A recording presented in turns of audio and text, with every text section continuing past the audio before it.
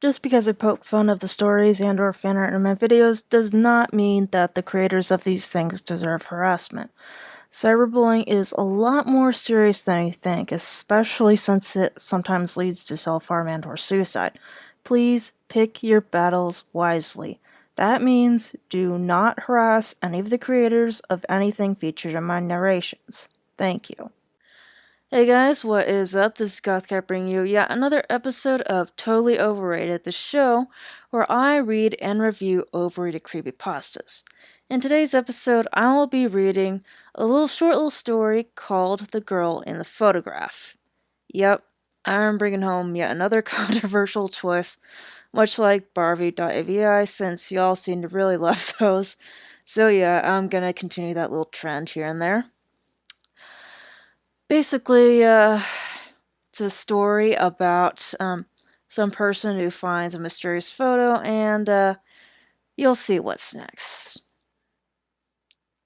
Basically, a great idea with flat execution. Now, without further ado, enjoy the show, guys.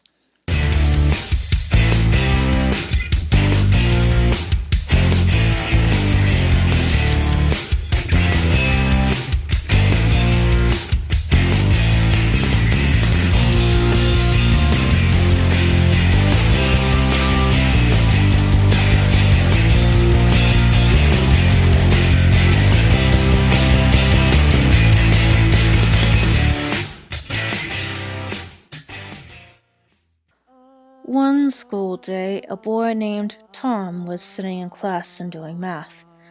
It was 6 more minutes until after school. As he was doing his homework, something caught his eye. His desk was next to the window, and he turned and looked to the grass outside. It looked like a picture. When school was over, he ran to the spot where he saw it. He ran so fast that no one else could grab it. He picked it up and smiled. It had a picture of the most beautiful girl he had ever seen. She had dressed with tights on and red shoes, and her hand was formed into a peace sign.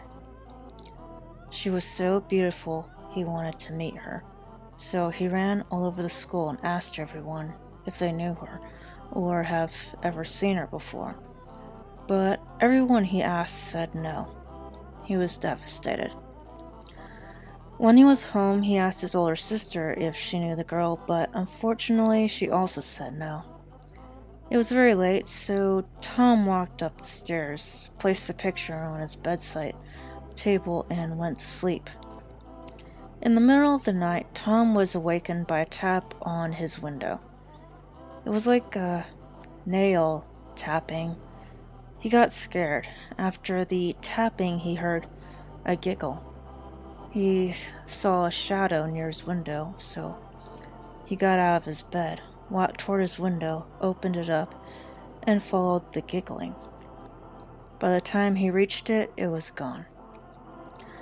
The next day again, he asked his neighbors if they knew her.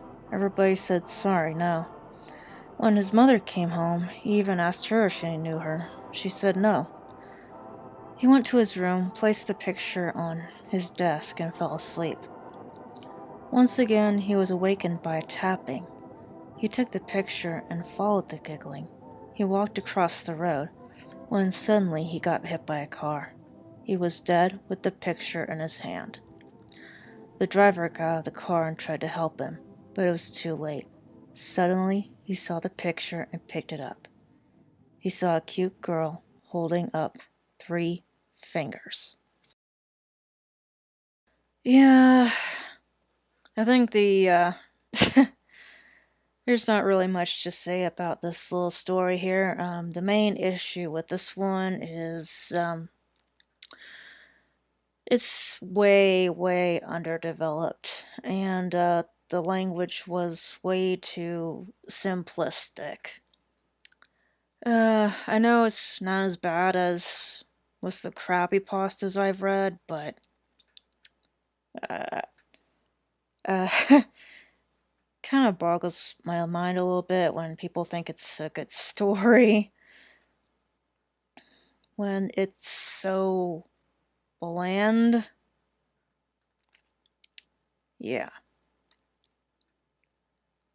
I think it also has although I think one issue that comes up from the underdevelopment is um we don't really know the age range of the protagonist named Tom. It just says a boy named Tom.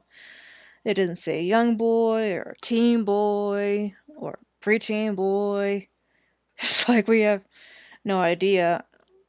It's which kind of makes it confusing because the way his search for this girl in the picture definitely implies almost childlike behavior, but there's really no way to really confirm this person's age. So, yeah, like I said, I don't really have much to say at all because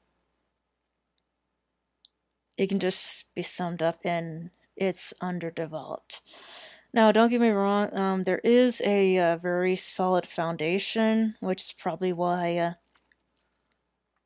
people actually like this story. Basically, the idea of this mysterious photo being picked up. Uh, this protagonist kind of seems like they're supposed to be obsessed with it, but it just comes across as like childish over excitement. And then the ending idea where this picture actually kills people and shows it by the number of fingers the girl holds up. Yeah, like I said in the intro, it's basically just uh,